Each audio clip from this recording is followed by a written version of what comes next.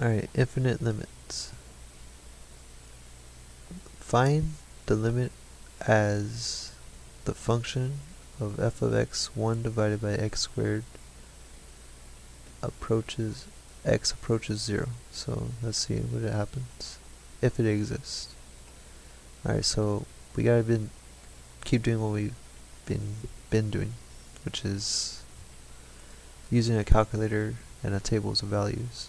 And so we have x, we have our function, so let's plug in some numbers. So let's say we plug in 1.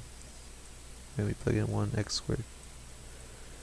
It's going to be 1 times 1, which equals 1. Let's say we plug in negative 1. Negative 1 times negative 1 is 1. 1 plus 1, that gives us 1. You know everything that's squared is positive. So this would be 1. But let's say we kept plugging in numbers, right? And we're trying to get close to 0. Let's say we plug in 0.001. What number does that give us? If you plugged it in, you'll know that gives us 1,000,000.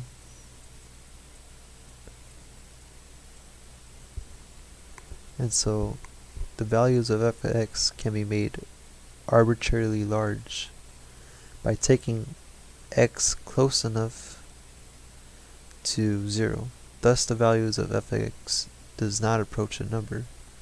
So limit x of that approaches 0 for 1 divided by x squared does not exist. So this limit does not exist. But there's a better way to say this. So there's a better way to say it does not exist. To indicate this kind of behavior exhibited, we use the notation of, so we write our limit again. So what do you think notation we use?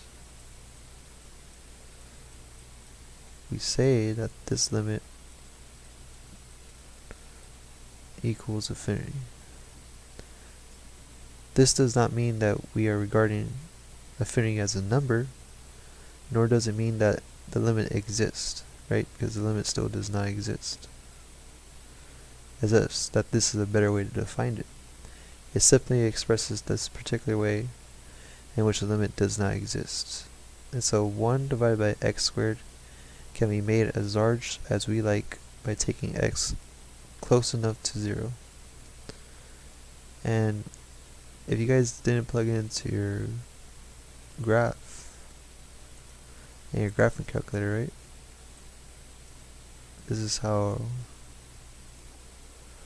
our given function such limit looks like.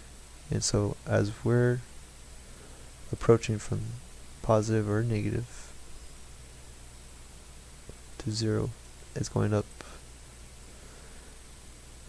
And that's why we got this big number, 1,000,000.